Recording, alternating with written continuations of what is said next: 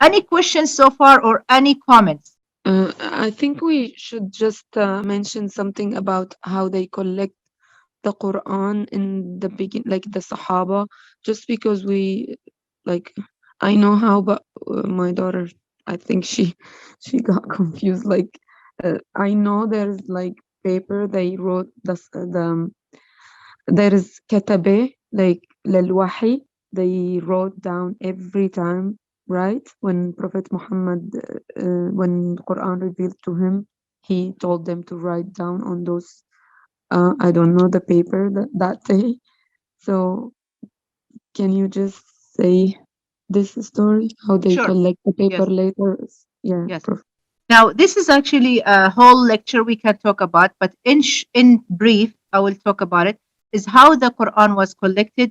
Now, the Katabat al-Wahi, the ones who wrote the Wahi, the revelation, they did not write the whole Wahi or the whole revelation from the beginning until the end. We had, fragments of the Quran here and there. They were written on the skin of the animals. They were written on manuscripts, on rolls, and so on, right? Because it depends on who was the katib at that time, who was the writer of that time, right? But there are so many people that they actually memorize the whole Quran from cover to cover, and also with the same organization, the same order as we have it right now, right? As the same the order as we have it right now, right? We had many musahif that they were complete, but one of them that we know the most is called the Mus'haf of Hafsa radiallahu anha, one of the wives of the Prophet sallallahu alaihi wasallam. She had the whole Mus'haf that it was all written.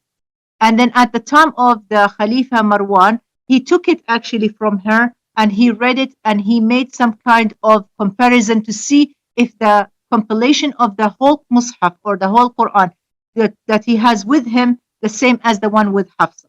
Okay, and that's actually written in some of the traditions. The other thing I want to talk about is that since all of those people that memorized the whole Quran from the beginning until the end, Abu Bakr was the first one to say, okay, now since we have all these masahif, but they are not complete, we need to compile them all together and make it as one mushaf, just like we memorize it, just like we have it in our mind and as it is memorized. Okay, so they start bringing all these masahif, collecting all these masahif, and the ones that they are not complete, they either completed it or they burned it because they're not supposed to have incomplete mushaf. Okay. At the time of Umar bin Khattab, he's the one who made it official to go ahead and start, doing it to compile it all together, right? And the way that they were doing, there was dawabit. Dawabit means like qualifications, like how do we know that this ayah goes in there, and how do you know that this harf, this letter, this word goes in there and there and there.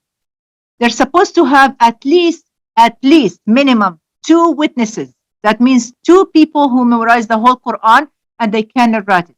And they did it not only one time, two times, they did it more than one time, that every time they compile the Quran or they narrate the Quran, they recite the Quran, they have to have the two witnesses.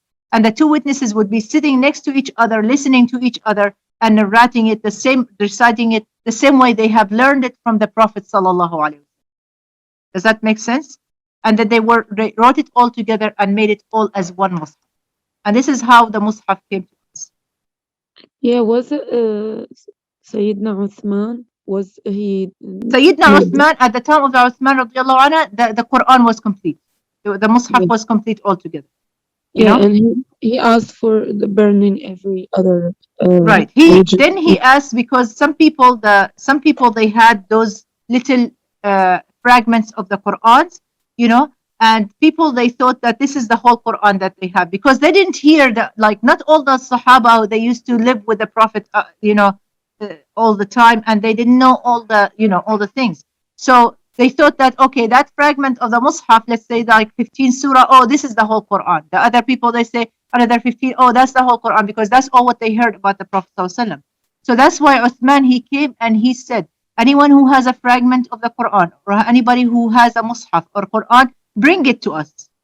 And he brought it, and what he did is he actually burned most of them, and he kept the ones that they are complete, because they have to do this comparison between what they have, what is the complete Quran and what they have fragments.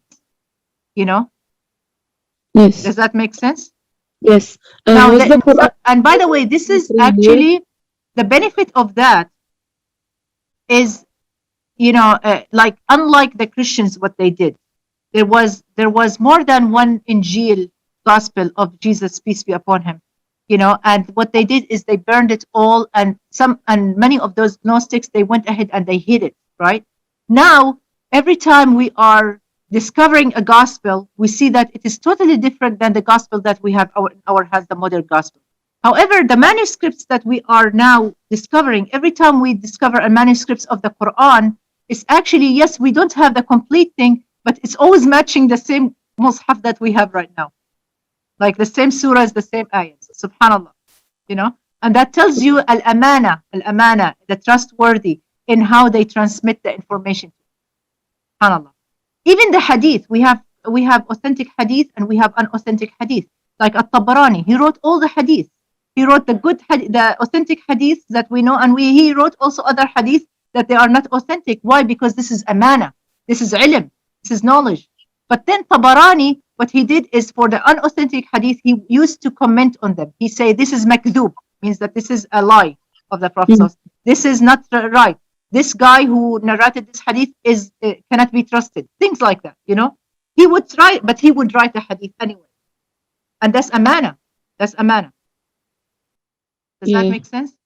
Yeah, it remind me, it's blow my mind when I learned about like علم الرجال, like, oh my God. Yeah, we're they going to talk study about that people. next time. Yes. علم الرجال, and we're going to talk about sanad, we're going to talk about matin, all that. Yeah, like if someone like even get older and like just has a little bit Alzheimer, and then they just erase everything he said, or they don't take it. Yeah, they don't take it just because of the reputation of that man. That's right.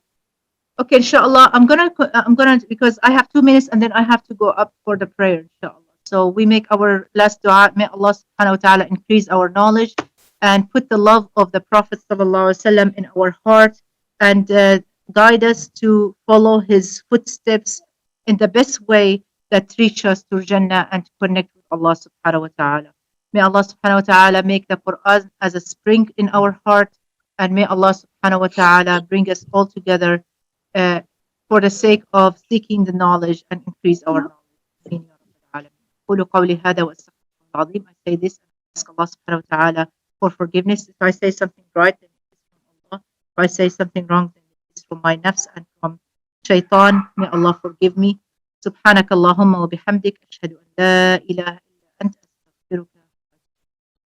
جزاكم الله خير. May Allah reward you with goodness. السلام عليكم ورحمة الله